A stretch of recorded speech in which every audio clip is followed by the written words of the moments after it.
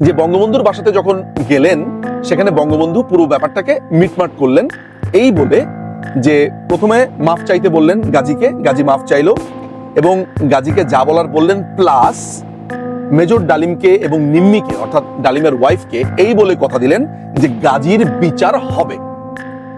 আপনি সেটা বিশ্বাস করেন আর বিশ্বাস না করেন, গাজীর বিচার হবে বলে বঙ্গবন্ধু বলেছে। ডালিম ওই মুহূর্তে সেটা মেনে নিয়েছে। ওকে, বিচার যখন হবে আমি দেখি কি বিচার করে, এই তো ঘটনা। এটা সে মেনে নিয়ে সেই বাসা থেকে বের হয়ে আসলো। তার বইতে যেটা লেখা আছে, এ যখন পরের দিন ক্যান্টনমেন্টে যায়, ক্যান্টনমেন্টে যাওয়ার পরে সেখানে মেজর হাফিজ, তারপরে হচ্ছে যে আপনার জিয়াউর রহমান, তারা তাকে নানানভাবে আপনার ইনফ্লুয়েন্স করতে থাকে যে না তুমি এত সহজে মেনে গেলা। আমি বলি সেই বইয়ের অর্থাৎ তার যে বইটা আছে যা দেখেছি, যা বুঝেছি, যা করেছি, এই বইটার 448 নম্বর পাতাতে পরিষ্কারভাবে লেখা আছে যে নানানভাবে ইনফ্লুয়েন্সের পরে সে রাজি হয়েছে, না এটা তাহলে গতকালকে যে বিচার করে দিয়েছে সেই বিচার আমি মানি না, এই তিনটা জিনিস করতে হবে, তিনটা জিনিস করলে আমি মানি। খেয়াল করে দেখেন, আপনি একটু ভালোভাবে চিন্তা করে দেখেন যে একটা ঝামেলা হয়েছে, ঝামেলা হওয়ার পর আমি বিচার নিয়ে একজনের কাছে গেছি, সেই যার কাছে আমরা বিচার নিয়ে গেছি সে বলেছে বিচার তিনি করবেন, অর্থাৎ বিচারের অথরিটি তিনি, বিচার তিনি করবেন। রিজনেবলি যদি আমি চিন্তা করি তাহলে সেই লোকটাকে আমি কয়দিন সময় দিব? ন্যূনতম আমি যদি ব্যক্তিগতভাবে রিজনেবলি চিন্তা করি আমি তাকে 7 দিন সময় দিব, 7 days। মনে করা যাক আমার থেকেও আরো কম সময় দিতে অনেকে আগ্রহী, না 7 দিন দিব না, 1 দিন সময় দিবেন, 3 দিন সময় দিবেন, 5 দিন, মানে আপনারা যাই বলেন না কেন ন্যূনতম তো 1 দিন সময় দিবেন। ওই 1 দিন সময়ও বঙ্গবন্ধুকে দেওয়া হয়নি। পরের দিন ক্যান্টনমেন্টে গিয়ে তারা সেনাপ্রধান শফিউল্লাহর মাধ্যমে বঙ্গবন্ধুর কাছে চাপ প্রয়োগ করে যে তাদের 3টা দাবি মানতে হবে। খেয়াল করে দেখেন, বঙ্গবন্ধু বিচারের আশ্বাস দেওয়ার পরেও যখন এই বাড়াবাড়িটা করা হচ্ছে সেইটাকে আপনি কি প্রশ্নবিদ্ধ করেন যে ভাই তোমার তো উনি বললো যে এটার বিচার উনি করবেন এবং অলরেডি সেই লোক তোমার কাছে মাফও চাইছে, তাহলে বঙ্গবন্ধু যদি বিচারের কথা বলে এবং তুমি যদি সেইখানে মেনি মুখর মতো সেটা মেনেও নাও, তুমি সেই সময় প্রতিবাদ করলা না কেন? না মানি না, মানি না, তুমি তো সেখানে মেনে নিলা। মেনে নেওয়ার পরে তুমি তাকে দায়িত্ব দিলা, দায়িত্ব দেওয়ার পরে তুমি বাসায় এসে বললা আমি মানি না, এটা তোমার ছ্যাঁচড়ামি। এবং তুমি কি শর্ত দিয়েছো সেটা একটু আমি দর্শকদের উদ্দেশ্যে পড়ে শোনাই, তোমার বই থেকে আমি বলছি। 448 পাতাতে তুমি লিখেছো যে গাজীকে তার সংসদ পদ এবং অন্যান্য সমস্ত সরকারি পদ থেকে এই মুহূর্তে অব্যাহতি দিয়ে তাকে এবং তার অবৈধ অস্ত্রধারীকে অবিলম্বে আর্মির হাতে সোপর্দ করতে হবে প্রধানমন্ত্রীকে, যাতে করে আইন অনুযায়ী তাদের সাজা হয়। আচ্ছা, একজন সংসদ সদস্যকে সংসদ পদ থেকে বর্জন করার জন্য কি লাগবে? তদন্ত করা লাগবে, সে কি করেছে সেটা অন রেকর্ডে থাকতে হবে, ডেফিনেটলি একটা প্রসিডিউর। কারণ আমি একটা এমপি কে তার নামে যা অভিযোগ আসুক না কেন বা ডালিমের নামেও যা অভিযোগ আসুক না কেন, আমাকে একটা এনকোয়ারি করতে হবে, তদন্ত করতে হবে। আর সবচেয়ে বড় ব্যাপার হচ্ছে ধরা যাক তদন্ত শুরু করলো, সাথে সাথে সদস্য পদ বাতিল করলো, আর্মির হাতে তুলে দিতে হবে কেন? তুই কে রে ভাই? তুই কে? তুই কি দেশের পুলিশ, দেশের আইন শৃঙ্খলা? ওকে যদি তুলে দিতে হয়, আমাদের পেনাল কোড আছে, পেনাল কোড অনুযায়ী তার নামে মামলা হবে, সাংসদের নামে যেভাবে আইনি ব্যবস্থা নেওয়া হয় সেইভাবে হবে। তোর হাতে তুলে দিবে কেন? তুই কি দেশের হর্তাকর্তা? তাহলে দর্শক আপনারা বুঝলেন যে তাদের দাবির মধ্যে ছিল তাদের হাতে তুলে দিতে হবে। মানে বঙ্গবন্ধুকে তারা গালমন্দ করছে, সমালোচনা করছে, নিজেরা যে গুন্ডামি করছে, মাস্তানি করছে, সেটা নিয়ে আপনি প্রশ্ন করেন। হ্যাঁ তাই তো, নিজুম ভাই তো এই প্রশ্নটা তুলেছে, ভ্যালিড প্রশ্ন। আপনার হাতে তুলে দিতে হবে কারণ আপনার বইয়ের ভিতরে লেখা আছে।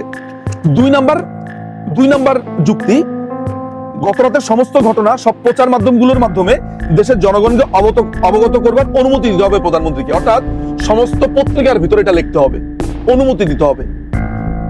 মাননীয় প্রধানমন্ত্রী বঙ্গবন্ধু শেখ মুজিবুর রহমান সেই সময় প্রচার মাধ্যমগুলোকে এইটা প্রচার করতে বাধা দিয়েছে কিনা তার বইয়ের ভিতরে এটা লেখা নাই, ফলে আমরা এটা জানি না।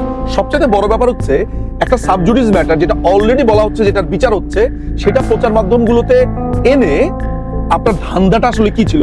ওই যে মুক্তিযুদ্ধের সময় আপনি 25 বছরের চুক্তি করেছিলেন বঙ্গবন্ধুকে মেরে ফেলবেন, সেটা ফিল্ড রেডি করছেন, তাই তো? আচ্ছা, 3 নাম্বারটা ভয়াবহ।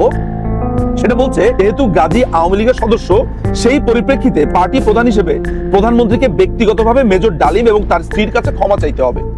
মানে বঙ্গবন্ধু ক্ষমা চাবে ডালিমের কাছে আর ডালিমের ওয়াইফের কাছে। কেন? কারণ বঙ্গবন্ধুর দলের এক সদস্য, বঙ্গবন্ধুর দলের এক সংসদ সদস্য বা একজন ব্যক্তি বা নেতা ডালিম এবং তার ওয়াইফের সাথে অন্যায় করেছে। যদিও সেটা তদন্ত সাপেক্ষে আমরা এক পক্ষীয় শুনেছি, শুধু ডালিমের বক্তব্য শুনেছি, গাজী বেঁচে নেই, গাজীর ফ্যামিলি বেঁচে নেই, কেউ বেঁচে নেই, আমরা জানিও না আদৌ কি হয়েছে। অর্থাৎ 2 পক্ষের কথা কি আমরা শুনবো কিনা, সে যত বড় অন্যায়কারী হোক, আমরা 2 পক্ষের বক্তব্য শুনবো কিনা। কিন্তু দর্শক, আপনি কি একবারও বলেছেন আচ্ছা ডালিমের কথা শুনলাম, এবার গাজীর ফ্যামিলির কথা শুনি তো আসলে সেদিন বিয়ে বাড়িতে কি হয়েছিল?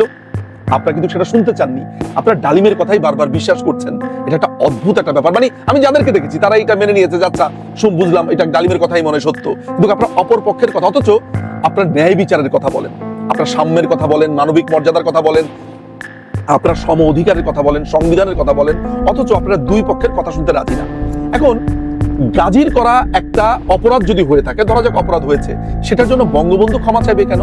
আর বঙ্গবন্ধু তো অলরেডি প্রচুর সাবমিসিভ হয়েছে তাদের কাছে, এই বইয়ের ভিতরে সেটা লেখা আছে।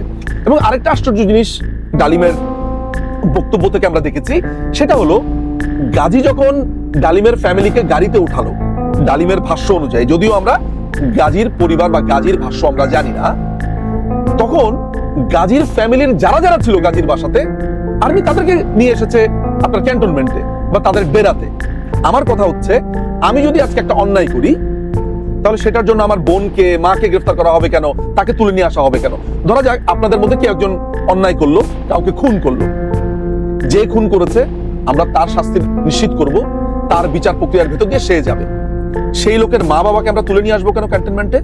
এই প্রশ্ন কি আপনি করেছেন? ডালিম কিন্তু এই তথ্য আপনাদেরকে দিয়েছে।